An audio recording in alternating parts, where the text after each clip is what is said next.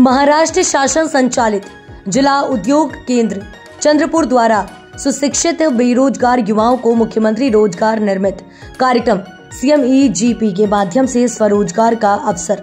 इस कार्यक्रम के तहत राज्य में युवाओं की रचनात्मकता को बढ़ावा और स्वयं रोजगार के लिए अनुकूल वातावरण दिया गया। इसका लाभ लेने आप महाराष्ट्र के निवासी और 18 से 45 वर्ष की आयु के होना चाहिए।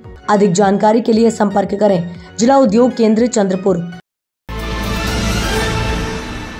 आज नागपुर में मंत्री आशीष शेलार ने जनता के सवालों का जवाब दिया, जिसमें उनसे नागपुर में आयोजित समीक्षा बैठक के बारे में पूछा गया तो उन्होंने बताया कि इस जगह पर कई विभागों की संयुक्त बैठक हुई है।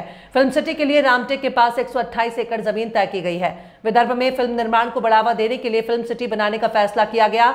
128 एकड़ जमीन हस्तांतरित करने का प्रस्ताव अगले 15 दिनों में जिला कलेक्टर को सौंपा जाएगा।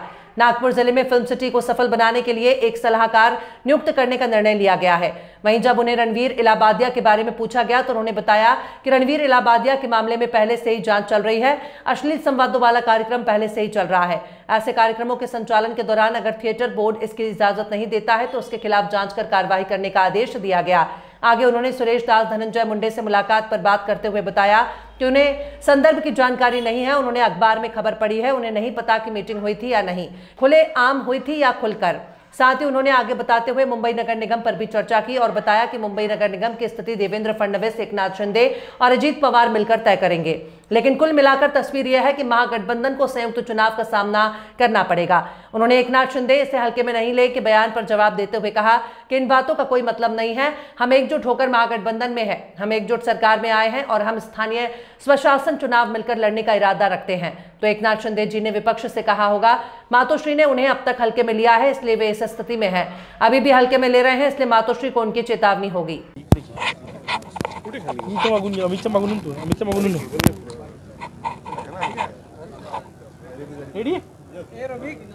सर, आज बैठक झाली नागपूर जिल्हाधिकारी कार्यालयात, काय काय विषय होते काय?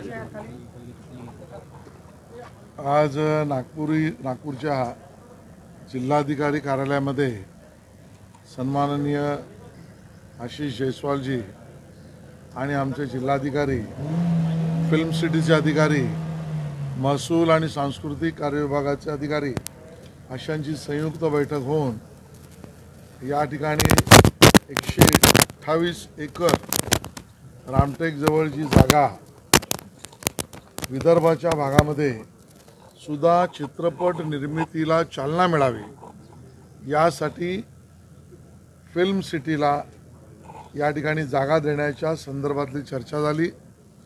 3 निर्णय त्यामध्ये महत्त्वाचे झाले।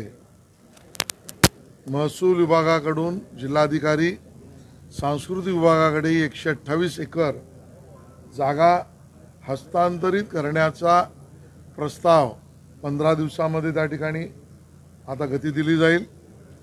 दुसरं, आपल्याकडे शासन निर्णयानुसार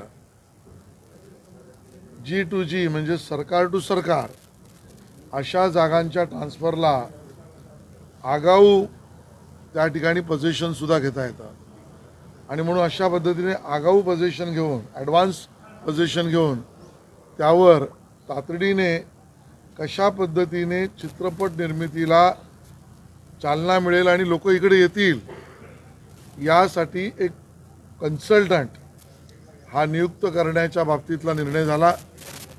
कन्सल्टंटचा रिपोर्ट आल्यानंतर सर्व विदर्भातील स्टेक होल्डर्सना एकत्र करून त्या ठिकाणी त्याच्यावर अंतिम निर्णय होईल आणि या ठिकाणी ही चित्रनगरी विदर्भासाठी उभं राहण्याच्या प्रस्तावाला आज गती मिळाली आणि त्याबद्दलचे निर्णय झाले।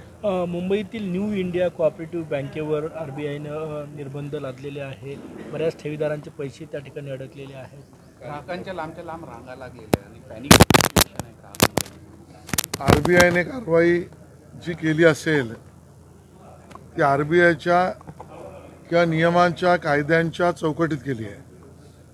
RBIच्या या कारवाईमुळे अजून लोकांचे पैसे सुरक्षित राहावेत याच दृष्टीने ही कारवाई केली आहे। मला वाटतं या विषयामध्ये केंद्र सरकार आणि माननीय मुख्यमंत्री ही चर्चा करून सर्व ठेवीदारांचे पैसे सुरक्षितच राहतील आणि त्यांना त्यांचे पैसे मिळतील या पद्धतीच्या कार्यपद्धतीचा निर्णय करतील.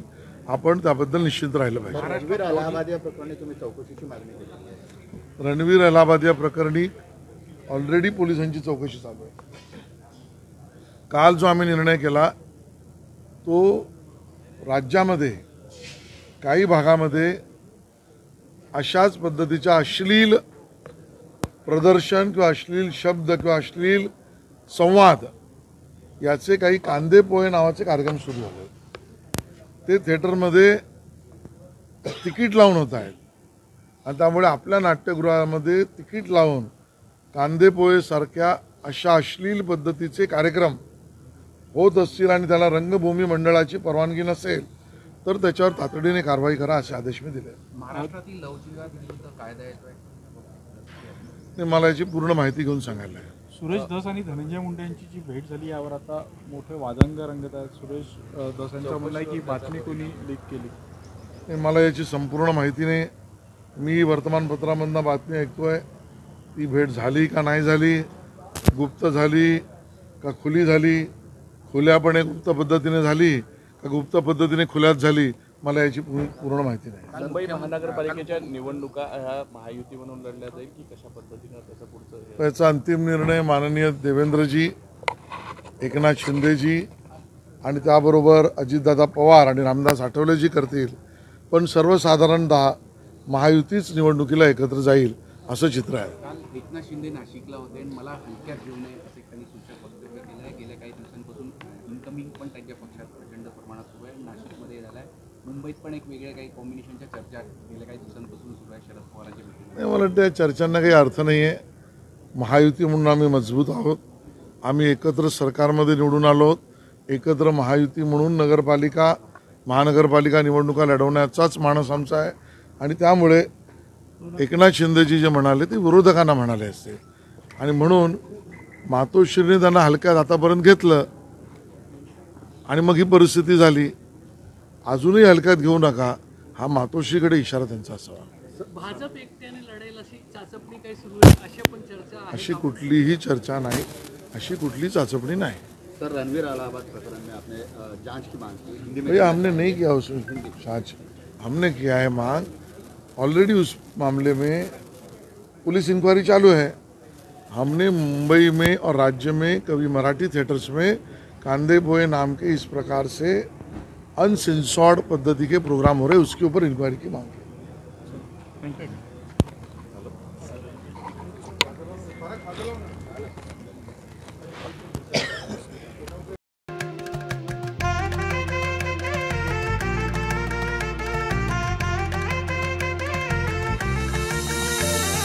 माना पालाचा नात्या गोत्याचा पसारा लई बाई वाढला.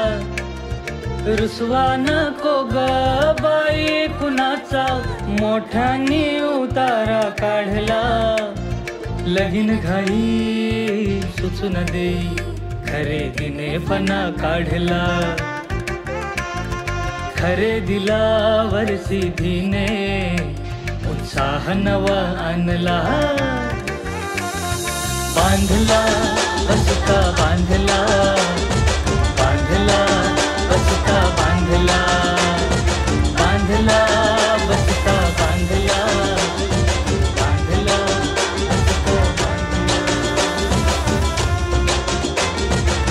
कमी किमतीत आणि क्वालिटी सोबत बरं का. और सिटी आहे तर शक्य